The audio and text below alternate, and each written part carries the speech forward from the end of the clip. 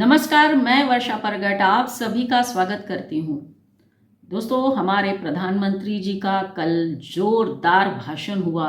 लगभग 25,000 भारतीय वहाँ बैठे हुए थे और प्रधानमंत्री जी ने उनको संबोधित किया। प्रधानमंत्री के भाषण को देखते हुए कुछ जो उनके मेन पॉइंट्स है उसके कुछ अलग मायने हमारे विचारों से होते हैं। बहुत कुछ उन्होंने डायरेक्टली और इनडायरेक्टली कहा है। बस कहते हैं ना, समझने वाले को इशारा ही काफ़ी होता है। ऐसा ही कुछ हम कह सकते हैं। तो पहली बात क्या है? पहली बात ये है, प्रधानमंत्री जी ने जो भी भारतीय वहाँ बैठे हुए थे उन सबको इतना बड़ा सम्मान देते हुए कहा कि आप भारत के ब्रांड एम्बेसडर्स हो, या फिर उन्होंने ये कहा कि आप राष्ट्रदूत हो। राष्ट्रदूत मतलब हमारे ऊपर कितनी बड़ी रिस्पॉन्सिबिलिटी है कि जब हम भारत से बाहर जाते हैं तो हम कोई स्टेट को नहीं रिप्रेजेंट करते, ना हम गुजरात को रिप्रेजेंट करते हैं, ना महाराष्ट्र को, ना पंजाब को। वहाँ पर हम रिप्रेजेंट करते होते हैं हमारे देश को, भारत को। तो कितनी बड़ी रिस्पॉन्सिबिलिटी हमारे ऊपर है, क्योंकि अगर कुछ भी हो जाता है, अगर बाय चांस सोच कर देखिए कि अगर कोई कुछ करता है तो जो रिएक्शन सामने से आएगा वो यही कहेगा, अरे भारत के लोग ऐसे ही है। तो देखिए, भारत के उन भारतीयों को हमारे प्रधानमंत्री जी ने राष्ट्रदूत कहा है। राष्ट्रदूत की रिस्पॉन्सिबिलिटी कितनी बड़ी होती है ये हम जानते हैं, और हमारे पौराणिक कथाओं में भी इसका वर्णन आता है। अगर उदाहरण देना चाहे तो रामायण से ले सकते हैं। देखो, रामायण में जब राम और रावण के बीच युद्ध शुरू होने वाला था तो राम ने किसको भेजा दूत बनाकर? अंगद को। सब यही सोच रहे थे कि पहले हनुमान जी को ही दूत बनाकर भेजा जाए, लेकिन राम भगवान कुछ अलग सोचते थे। उन्होंने क्या सोचा कि बार बार हनुमान जी को अगर भेजेंगे तो रावण ये समझेगा कि केवल हनुमान ही इनके खेमे में एक बहुत ही शक्तिशाली है, बाकी कोई दूसरा और नहीं है। और अंगद जो था उस हिसाब से उन्होंने एक सामान्य सा लगने वाला वानर, but he was there having good communication skills, और बुद्धिमान, चतुर, सब कुछ था। तो राम ने एक अपॉर्चुनिटी दी, एक मौका दिया। जो भी काबिलियत अंगद के अंदर थी उसको प्रकट करने की, और राम भगवान ने अंगद को दूत बनाकर भेजा रावण से बातचीत करने, और कहा कि रावण को समझाओ अपने तरीके से ताकि युद्ध ना हो। अंगद गया, और रावण, अहंकारी रावण, वो क्या अंगद का सम्मान करता, लेकिन अंगद भी फिर अपनी जो ताकत थी असली उसके ऊपर आया, और उसने अपना जो पैर जो है वो वहाँ पे इतने जोर से रखा कि कोई उसको हिला ही नहीं पा रहा था। और उसने बोला कि कोई भी आओ और मेरा पैर हिला के दिखाओ। सब कोई आए, लेकिन कोई भी कामयाब नहीं हुआ। आखिर में अहंकारी रावण उठा। उसको तो ऐसा लग रहा था मैं तो ऐसे चुटकी भर में हिला दूंगा, मेरे जैसा बलशाली कोई हो ही नहीं सकता और है ही नहीं इस। और रावण गया पैर हिलाने के लिए, लेकिन देखो यहाँ पर भी अंगद ने कितनी चतुराई दिखाई। उसने जैसे ही रावण आया अपना पैर हटा लिया और रावण से कहा, मेरे चरणों पे गिरने की बजाय प्रभु रामचंद्र की पैरों में जाके गिरो, उनसे माफ़ी मांगो तो तुम भी बच जाओगे, सभी बच जाएंगे, युद्ध नहीं होगा। वो कृपालु है, वो ज़रूर आपको माफ़ करेंगे। तो ये क्या दर्शाता है रामायण में से? ये दर्शाता है कि एक राजदूत या दूत कैसा होना चाहिए। सारे गुण उसमें थे अंगद में, और उसको परखा प्रभु रामचंद्र जी ने। मैं यहाँ ये बात इसलिए कर रही हूँ क्योंकि हमारे प्रधानमंत्री जी ने सभी भारतीयों को वहाँ राष्ट्रदूत कहा, राष्ट्र को रिप्रेजेंट करने वाला। तो कोई भी काम या कोई भी बात हम ऐसा नहीं करेंगे जिसकी वजह से हमारे भारत का, हमारे देश का नाम खराब हो। लेकिन कुछ ही दिनों पहले हमारे विपक्ष के नेता वहां गए और अभी सबको पता है उन्होंने क्या क्या नहीं बोला। भारत के खिलाफ एक संवैधानिक पद पर बैठा हुआ आदमी, लीडर ऑफ अपोजिशन, वो बाहर गए, वहां गए और उन्होंने जो बोला उसकी वजह से भारत की बदनामी हुई। सभी ने उसका विरोध किया, लेकिन वो अभी भी इस तरह का मानते नहीं है कि उनसे कोई गलती हुई है। तो देखिए, वो भी गए थे, भारत को रिप्रेजेंट कर रहे थे, लेकिन बात कैसी की? बात ऐसी की कि भारत की नाक कट गई। तो ये सीखना चाहिए। जो संस्कारी लोग हैं ना, वो बराबर इसको फॉलो करेंगे।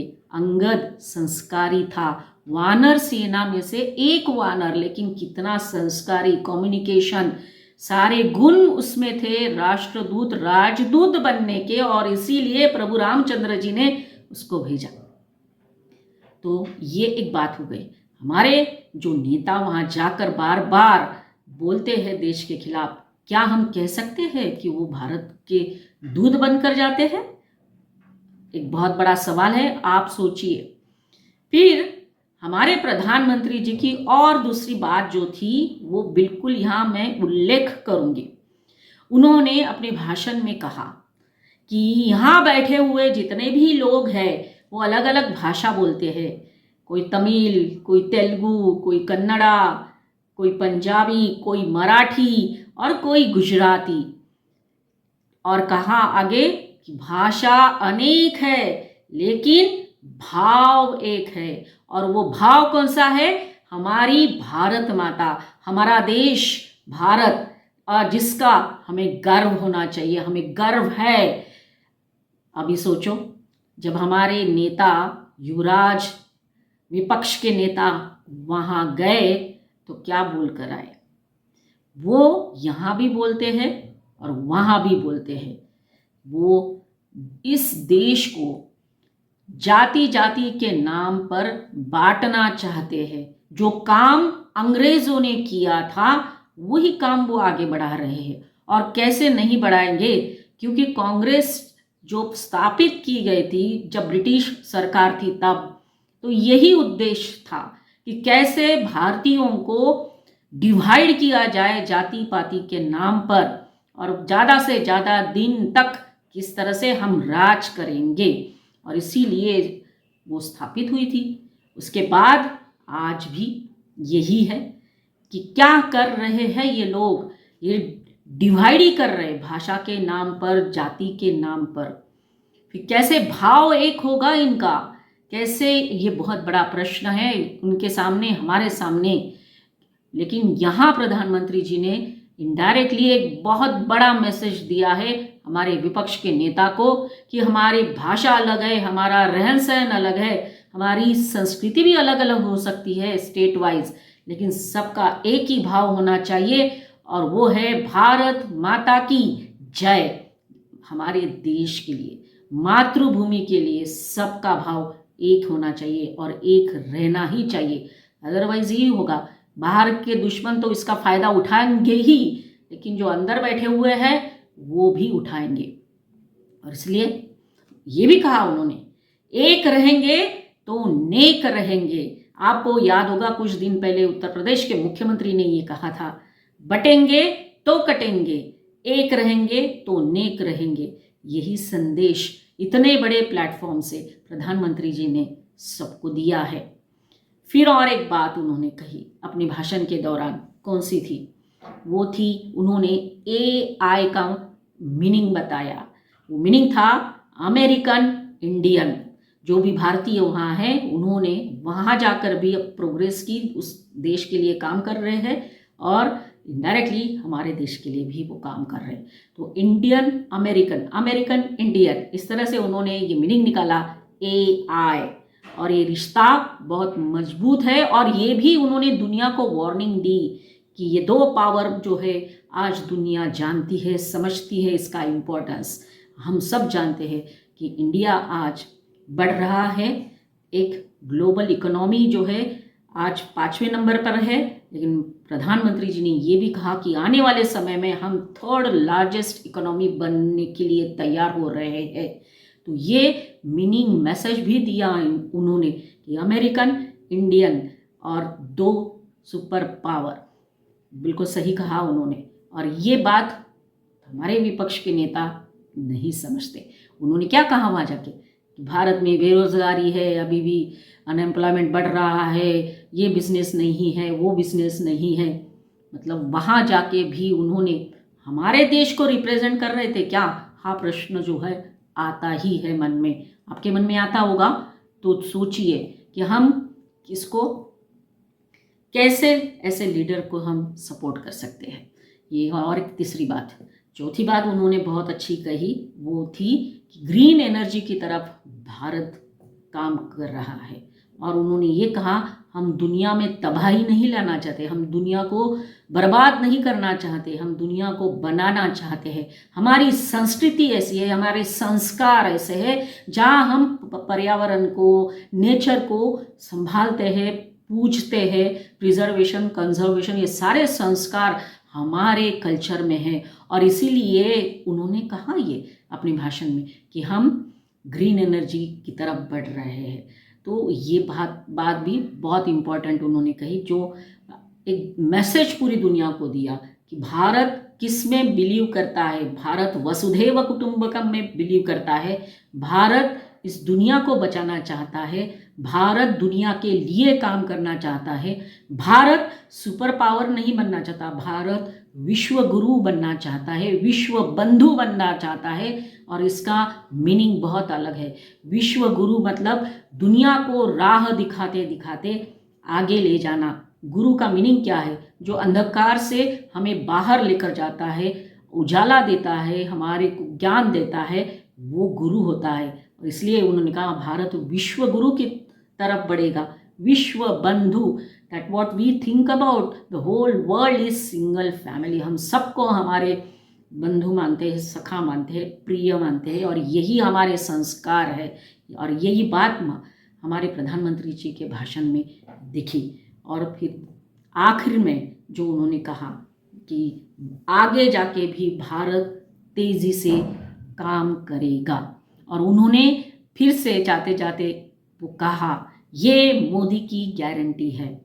तो पूरे भाषण में उन्होंने जो कुछ भी मैसेजेस दिए, वो मैसेजेस जिनको पहुंचना है डायरेक्टली इनडायरेक्टली उनको तो पहुंचेंगे ही। जो लोग हमारे देश के खिलाफ काम कर रहे हैं उनको भी मैसेज मिला, हमारे नेता विपक्ष को भी मैसेज मिला कि किस तरह से बाहर जाकर भारत को रिप्रेजेंट किया जाता है। सीखना चाहिए उनको, ये नहीं कि वहाँ जाके हमारे देश की बदनामी हो। आपके डिफरेंसेस हो सकते हैं, आपके मन में कुछ अलग अलग विचार हो सकते हैं, आइडियोलॉजिकल डिफरेंसेस है, पर वो घर में ही होने चाहिए। जब आप बाहर जा रहे हो, जब आप अब्रॉड जा रहे हो, तो देश को रिप्रेजेंट कर रहे हो, आप एक तरह से राष्ट्रदूती होते हो। ये समझने वाली बात है। मुझे आशा है कि वो समझ जाएंगे। तो आज मैंने कोशिश की कि भारत के हमारे प्रधानमंत्री जब आप यूएस में थे तो किस तरह से उन्होंने पूरी दुनिया को एक मैसेज दिया है। और एक मैसेज बहुत इंपॉर्टेंट है, that the whole world is single family, one earth, one family, one future. तो आज की बात इतनी ही। अगर आपको मेरा आज का ये वीडियो अच्छा लगा हो तो ज़रूर लाइक करिए, शेयर करिए। जिन्होंने मेरा चैनल सब्सक्राइब नहीं किया है वो सब्सक्राइब कर लीजिए, और बेल जो बटन है उसको प्रेस करिए ताकि नोटिफिकेशंस मिलते रहे। तो अगले वीडियो में फिर मिलेंगे नए टॉपिक के साथ। तब तक के लिए धन्यवाद। जय हिंद।